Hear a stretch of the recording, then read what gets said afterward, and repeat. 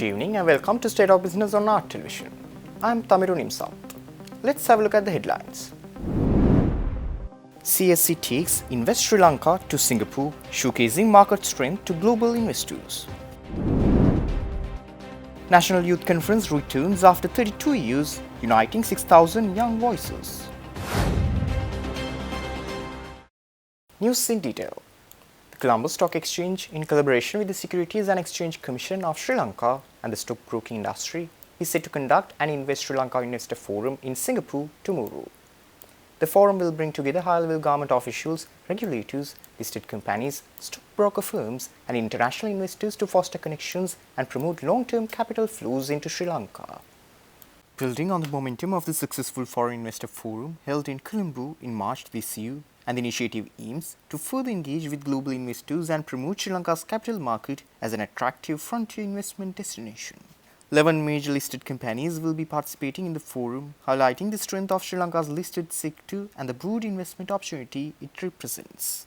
With over 150 registered participants, they would gain access to a series of sessions offering in-depth insights into Sri Lanka's capital markets, economic outlook, and investment opportunities, including access to engage with Sri Lanka's top corporates. The program will also feature 2 high-level panel discussions where leading experts will share their perspectives on macroeconomic trends, market performance, and future growth opportunities. These sessions will highlight the resilience and potential of the market, showcasing recent policy reforms, improved infrastructure, and a robust ecosystem that supports sustainable investment. Sri Lanka's capital market has shown strong performance in recent years, with notable growth in index returns, market turnover, and capital raising activities. The country continues to gain global recognition, including from the International Monetary Fund, for being on the right path towards macroeconomic stability and fiscal discipline.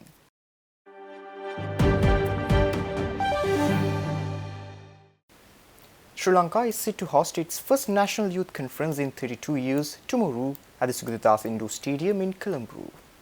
Organized by the Ministry of Youth Affairs and Sports and the National Youth Services Council, the event will bring together over 6,000 young participants from across the country. The conference, held in conjunction with International Youth Day, aims to empower youth and provide them with a platform to voice their concerns and aspirations. It will feature discussions on youth development, employment opportunities, and national development strategies. The event underscores the government's commitment to engaging young people in shaping the nation's future. So on the same occasion, you will be able to see the youth across Sri Lanka gathering there with the multiple diversity, and they getting their dream come true in getting a place for their social life. This is the first time after 32 years in Sri Lanka to see such a big Sri Lanka Federation of Youth Clubs being celebrated or formed or officially launched in this nature. Before this, due to different reasons, especially political reasons and the other internal reasons, this kind of any event was not conducted in celebrating the social life of youth in this country, even though there were political space, financial space, and the other administration space. This should be noted. So within such a short span of time, we made sure that without any further wastages in terms of funds or time or any other issues, that we will make sure that youth get the best out of our National Youth Services Council.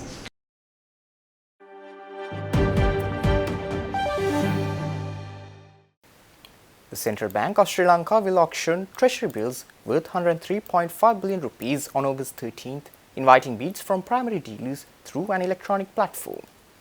The settlement and issue of these bills will take place on August 15th, offering investors a chance to participate in government securities with a minimum bid of 5 million rupees.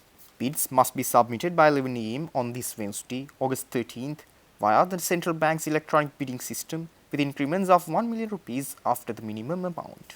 While primary dealers primarily participate, general investors can place bids through authorized dealers or buy bills on the secondary market from licensed commercial banks.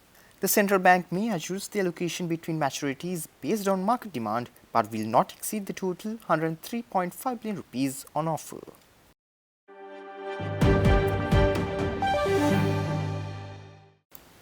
Stay tuned. We will return after this short commercial break.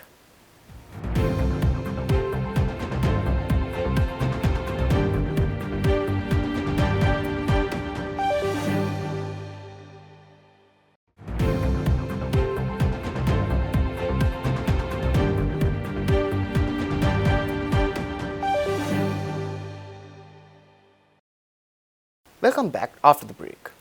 Sri Lanka Cricket is hosting the Japanese national team in Colombo for a preparatory camp ahead of the East Asia Pacific and Asia World Cup qualifiers. The team will play 7 practice matches supported by under-19 provincial squads, match officials and facilities under an ongoing MOU between SLC and the Japan Cricket Association. Cricket is gaining popularity right now in Japan. According to the most recent media report, that's an article from Japan Times. Currently, there are around 5,000 Japanese adults and children playing the game regularly, and there are 3 times as many people in Japan who have, in one way or another, participated or experienced the game. On behalf of Sri Lanka Cricket, I take this great pleasure in welcoming the Japanese team as you prepare for the upcoming World Cup qualification. We trust that this 10-day training camp will provide your team with the ideal platform to sharpen your skills, build momentum, and approach the qualifiers with confidence. And I'm sure the experience and exposure which you receive from this tour will definitely help you all to compete at the highest level.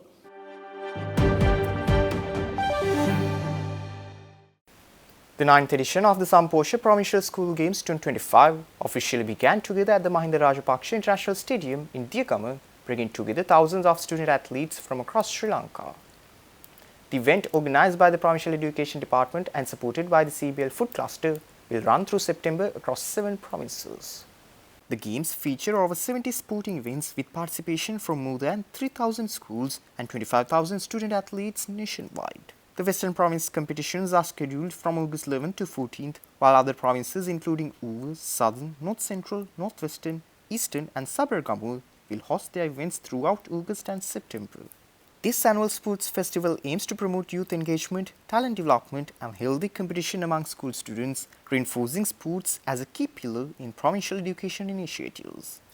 We have not only stayed and remained with the 6 provinces we have been supporting for the last 8 years, we have been able to increase our outreach, not just to the urban provinces, but also we've extended our outreach to Sabaragamu province. So we are very happy that every single year, as you saw in the video, we have not remained happy and content with supporting only a few provinces. So in terms of Summer Posha Provincial School Games 2025, this year we plan to host more than 3,000 schools in each of these provinces, coming together and reaching more than 25,000 students island-wide. The idea is that Summer Posha's flagship sustainability program, which is Summer Posha Dinanadaro, we are very conscious about how we support to grow and inculcate not just education and wellness and nutrition, but also good habits, creativity, and support the all-round development and growth of our children.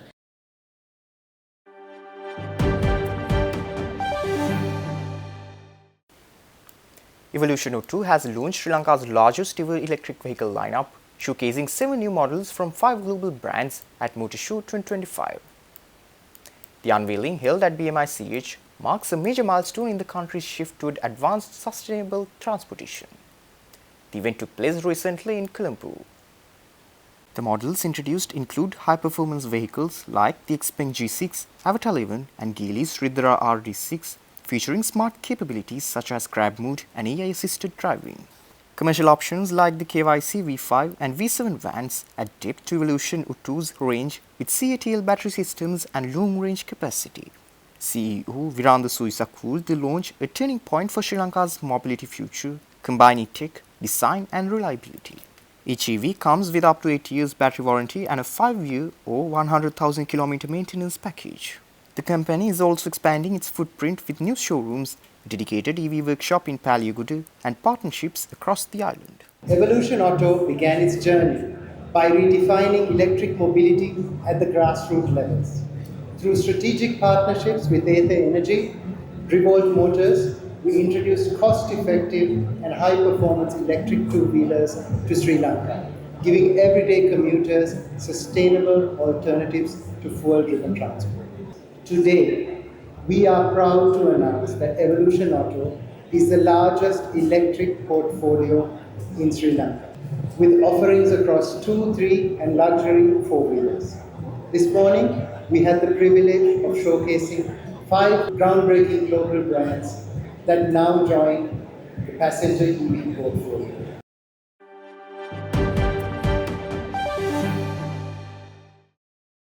Stay tuned for the stock update.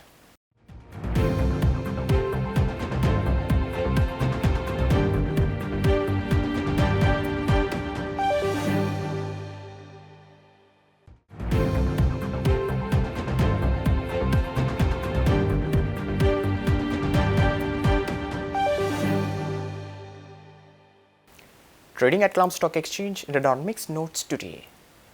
The all share price index gained by 96.45 points to close at 19,923.02, and the S&P SL20 dropped by 0.48 points to close at 5,824.91. The turnover was over 3.1 billion rupees and over 105 million shares were traded. Up next are forex rates.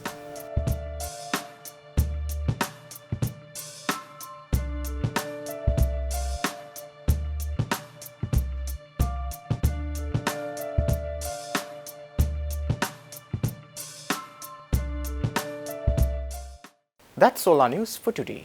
For this and more, subscribe to our channel on YouTube and follow us on Facebook. Take care and good night.